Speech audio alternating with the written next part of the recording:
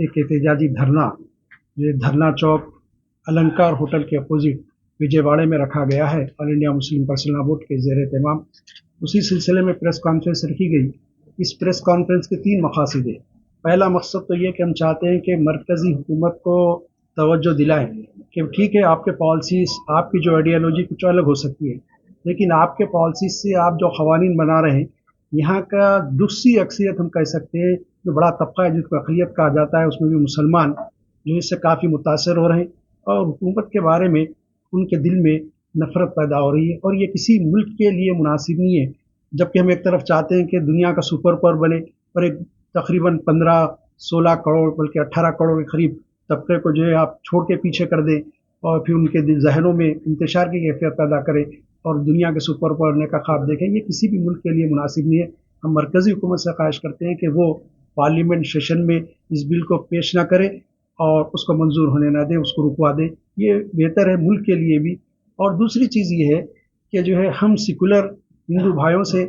जो है समझते हैं कि क्या चीज़ है, क्या किससे क्या नुकसान होने जा रहा है, उनसे ख्वाहिश करते हैं कि इस तहरीक में, क्योंकि तहरीक मुझे तो ऐसा दिखता है कि लंबा चलेगी तवील अरसे तक, तो उसमें हमारा साथ दें। और दीगर तबक़ात, बिल्कुल दीगर अक़लियतें, हमारे सिख भाई, ईसाई भाई, पारसी भाई, हम उनसे और दलितों से, पिछड़ी जाति लोगों से भी गुजारिश करते हैं कि जो वो भी इस जो है धरनों में शरीक हो और जो है हमारे साथ दें। तीसरी बात ये है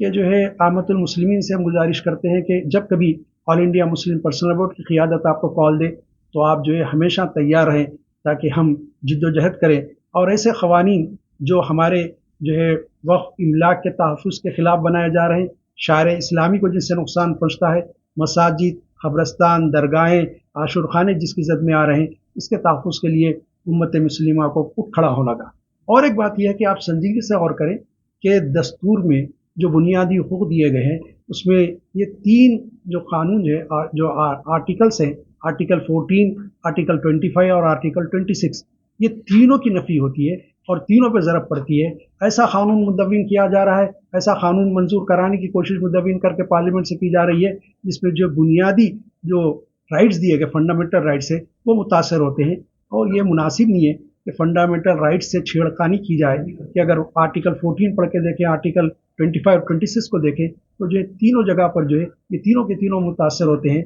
और ये खदशात ये हैं कि ये कानून इस तरह मंजूर हो जाएगा तो हुकूमत आइंदा दूसरे अक़लियतों पे और किसी तबके के बारे में भी ऐसा कानून बना सकती है। हम उनसे भी गुजारिश करेंगे कि इस बात पे तवज्जो दें। जहाँ तक अगर कानून मंजूर होता है तो बोर्ड ने तो फैसला किया है कि हम जो है अदालतों से लेकर सड़क पर इसके लिए मुकाबला करेंगे और हम दस्तूर के दायरे में रहते हुए पुरअमन एहतजाज करेंगे। तो ये गुजारिश ये है कि तेलंगाना के भी अहले सरवत मुसलमानों से, कि जो है आंध्रा और रायलसीमा और कड़पा के लोगों से भी गुजारिश है, मुसलमानों से, कि कल वे एहतजाज में शरीक हों और तेलंगाना के भी जो मुसलमान आ सकते हैं कल के एहतजाज में आए और इत्तेहाद का और नज़्म व ज़ब्त का मुज़ाहरा करके हम पुरअमन एहतजाज करें।